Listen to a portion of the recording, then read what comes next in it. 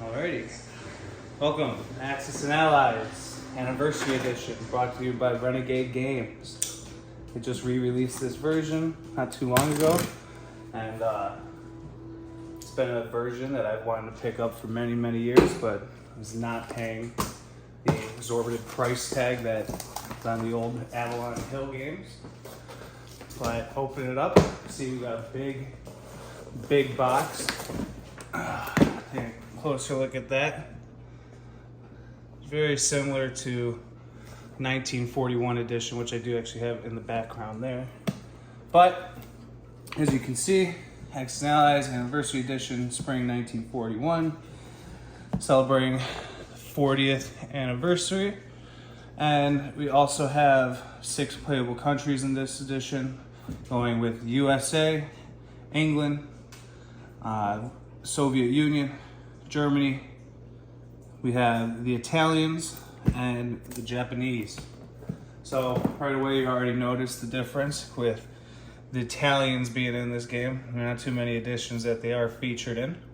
The only other editions that they have been featured in would be the global 1940 games, specifically the Europe edition. But they are also featured in the previous editions of Axis and Allies Anniversary Edition. So we're gonna go ahead and get this opened up, take a brief look at it, and we'll be doing some gameplay videos of this over the next few videos. To do a series and kind of taking a look at each of the units or each of the countries, you know, how balanced the game seems to be, as well as really kind of any major differences between this and you know, the version of 1942 second edition and the global game. This is a really good in between from everything that I've read online. It's a lot of people's really probably preferred edition, where 1942 is a great edition. You know, a lot of hours put in 1942 second edition, but this is a little bit more expansive and adds a couple of different unique rules that you just don't get with the 1942 second edition of the game.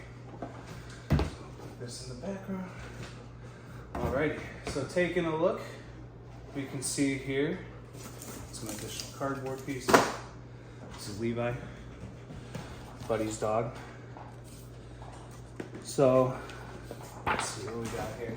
You know, Renegade Games is nice. They do give additional baggies, something that Avalon Hill kind of, I don't know, always seem to kind of lack within their quality control, especially when it came to things like such as quality of life improvements, money.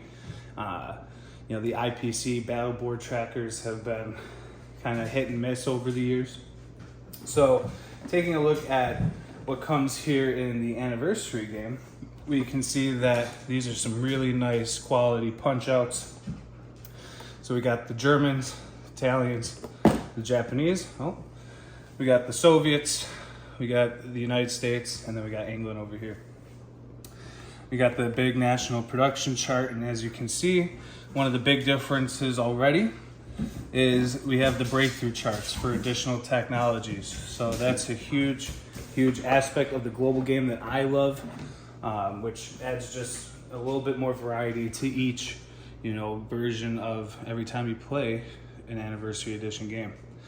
So you can see the battle board. I think this is a really crisp battle board. I think that they did a really good job at making it look really nice and not be too overflooded with color.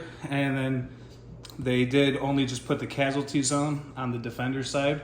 If you've played Axis and Allies, you know that there's really no reason to have a casualty zone as the attackers, as they obviously get taken off the board when they die.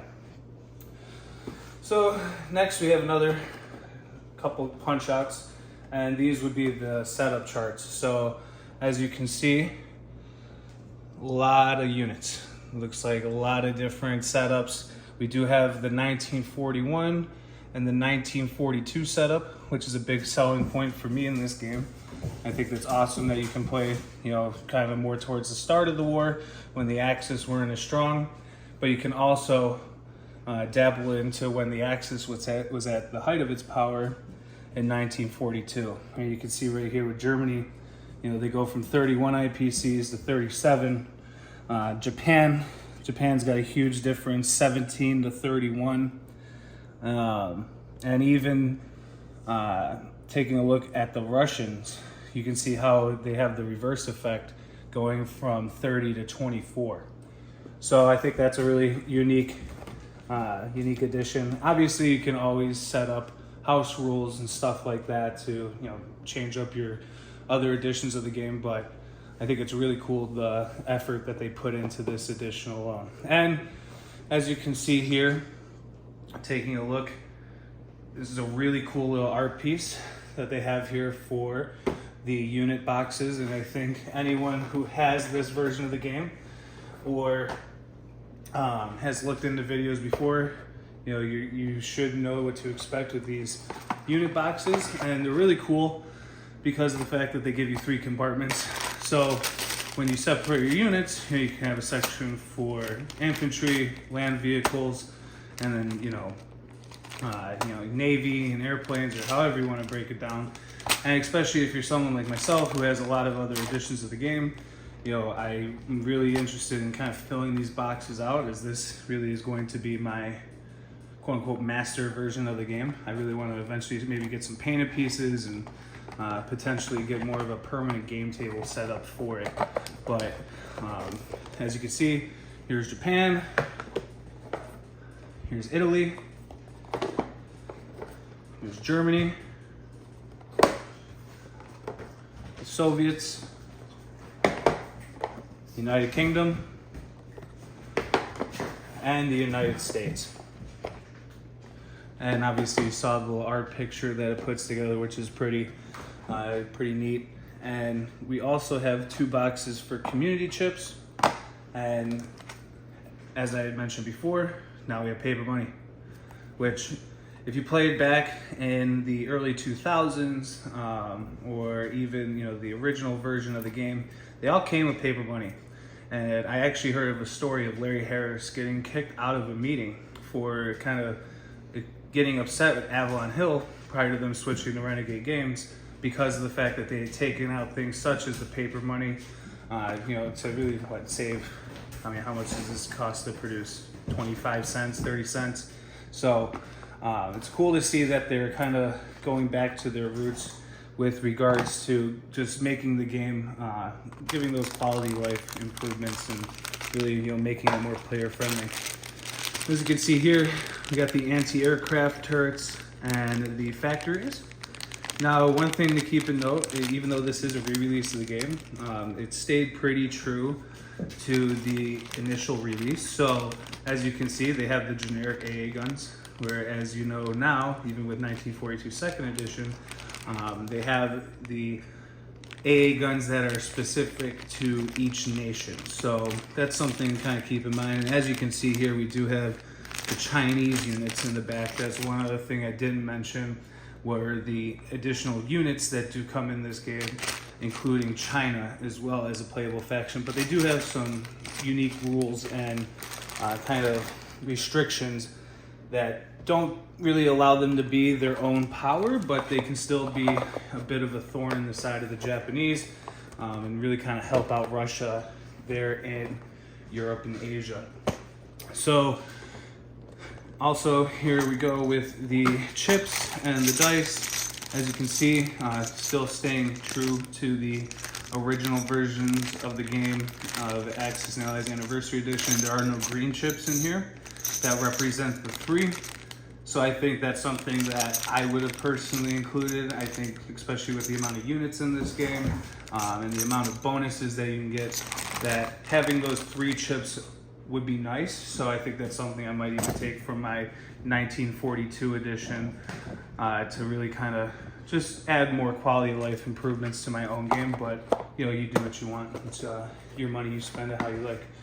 So that is the initial unboxing there, but let's take a quick look at this map, as I think that is one really important piece of this game where I think it kind of stands out the most from the other editions, even Global 1940.